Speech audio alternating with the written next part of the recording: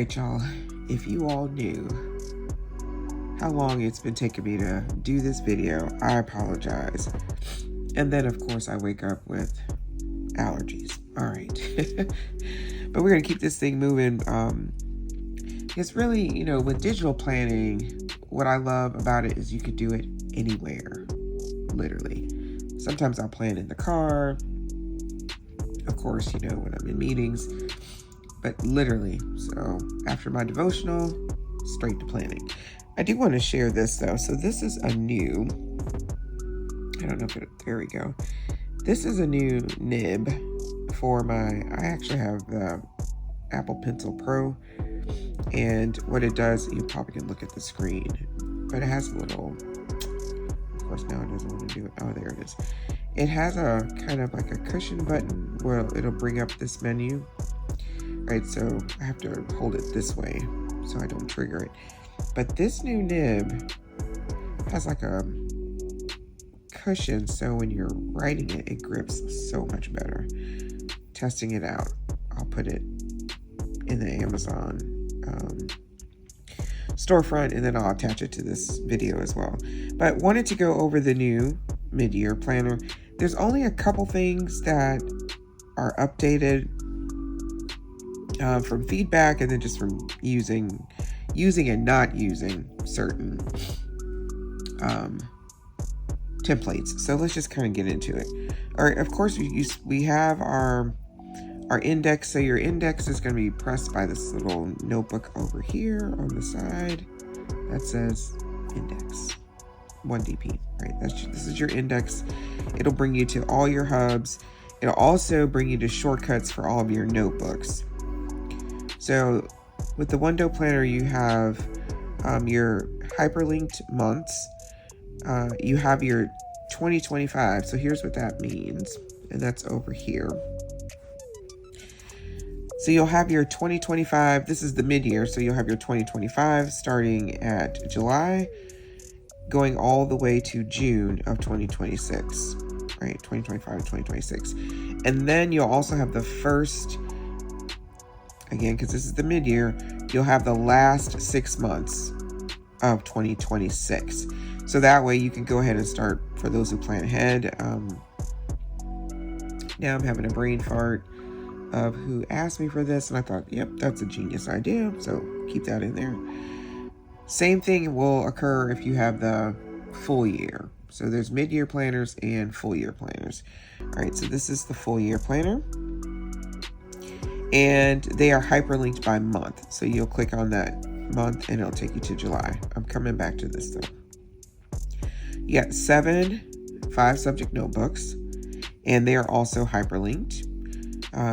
And then in the index section, they are hyperlinked by topic. So this is the finance tab, and this is section 1, and they're all hyperlinked. So if we go into that notebook 1, there's goals, and then these are the ones that you customize. So this is my notebook 1, mindset, meetings, networks, and collaborations that I'm doing. If I go to the index, I can also access those here. And you can title it anything that you want as well. So section 1, if I go back to the index, you'll see that. Section 2, all that good stuff. All right. And then you have all your templates. There are tons of templates in here. I think the one that, oops, didn't mean to write on here. I think the one that is kind of new, well, there's a couple new ones. The mind mapping, I love doing this, especially if you have like a project.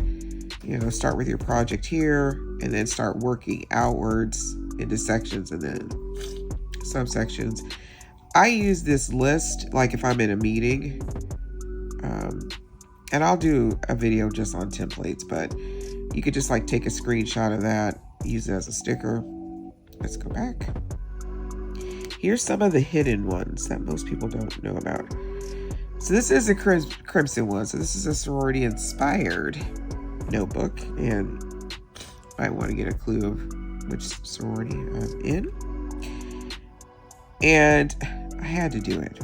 The elephant notes. Tell me that isn't cute. Look at that. Oh, love it. And the trunk is up. All right, and I have red meeting notes, just in case. But I do like, I did a lady in red. So if you're journaling, some people use their planners for journaling. And so this is a great place to journal. That one, and oh, I did lady in red too. Isn't she cute? Yep. This is another journaling page, or you can use it as a regular notebook page, but just red dandelions. And we did add a recipe page. So if you're doing like meal prep or planning, you can have that on there. So those are kind of like the new ones. And these are just the covers, of course. So you have your index again. Anytime you need to get back to the index, you just click this little button over here on the left. I always tell people to also, look at this because there's a lot of hidden hyperlinks in the system. And this kind of is like the tutorial. Here's how to get to us. Oh, this is new. This is the external link, and you've probably already seen this, but this is the new One-Do Planner store. Okay, look at that, awesome. But then our private Facebook group too. So let's go back to the planning. So with the monthly has hidden hyperlinks as well, where you can go into your week. Right. What is today? All right, the 17th. That's right. All right. So you can go into your weekly view. Again, you have your times. It starts at 5 a.m., goes to 10. You have sections, and I have a couple videos already about how to use this weekly. I think for me, this is the most important part of my planner because this shows me where the gaps in time are, period. Okay. You can get creative over here on the sidebar. Alrighty. Had to take a pause for the cause. You can get creative on the sidebar over here. So let me just so sidebar over here. And then this is also a place where you can do list or get creative there too. I know there is a video, I just have to link it to this one on how to use this weekly section here. I am using NoteShelf, so another pause for the cause. All right, yes, I am, if you haven't noticed, I'm not using GoodNotes and I'm not using Noteful. I am back on and I just had a NoteShelf. Brain fart. NoteShelf is the app I originally started with. There were a couple things that I liked about GoodNotes that NoteShelf has, and there's still a couple things and vice versa. But now NoteShelf has the boxes, these translucent boxes that I use mainly for, I didn't want to do that. That I use mainly for time blocking. So if I'm like time blocking out like 9 to, let's see, here we go. Yeah. Sorry. About from 9 to like 11:30, I'll use this box to do so. It is just using shapes. I don't know. It's the simple things for me. And then once I have it the way I want to, I just duplicate it. And I may use it here and shorten the time. And it just makes it so much easier when I'm visually looking at my time. The other thing that I like about NoteShelf is here you can lock images.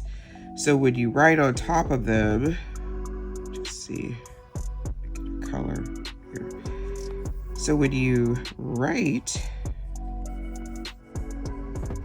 and you need to erase, right, you're only moving the things that you need to move, not the image. It makes sense when you're stacking stickers on top of each other. And then you just touch it and you unlock it. And you can move it around. Okay, now back to schedule program here. So this and the other thing you may notice is this down here. So this Crimson planner, there's two of them. There's a women's empowerment inspired one, and this one's a little different. Each month we'll have a quote. Let me get back to it.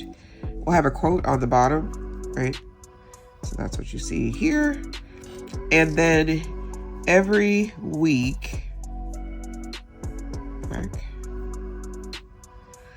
in the daily section on that Sunday, we'll have a reflection type prompt. How can you turn today's challenges into opportunities? Right. And it's only on the first day of that week. So every week has that. So after your weekly, you go straight into the dailies and you're just really swiping over. So this would be your Sunday. You could get really creative. I'm going to do a couple more videos on how to maximize your daily part of your planners. Some people are daily planners. I'm not a daily planner as far as schedule. I keep it all here. This turns really into my Pomodoros that, like, if there's, things that I have to do on like that Tuesday, I'll have it more detailed here. Any notes that I had to take, any, reflections, I'll, do my affirmations here. Any notes, they'll go in this section. I'm trying to figure out the right name for it, but that's how I use my daily section.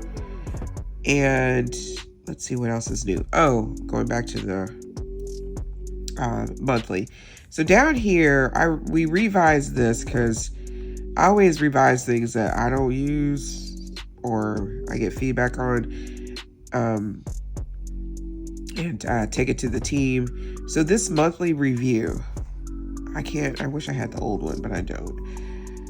We revised it, and here's why we revised it is, like, we are using kind of a couple different but productivity mindset things. Think and Grow Rich, by Napoleon Hill, and the 12-week year, which there is a new One Dope goal setter that actually merges the two, Think and Grow Rich and the 12-week year concepts together.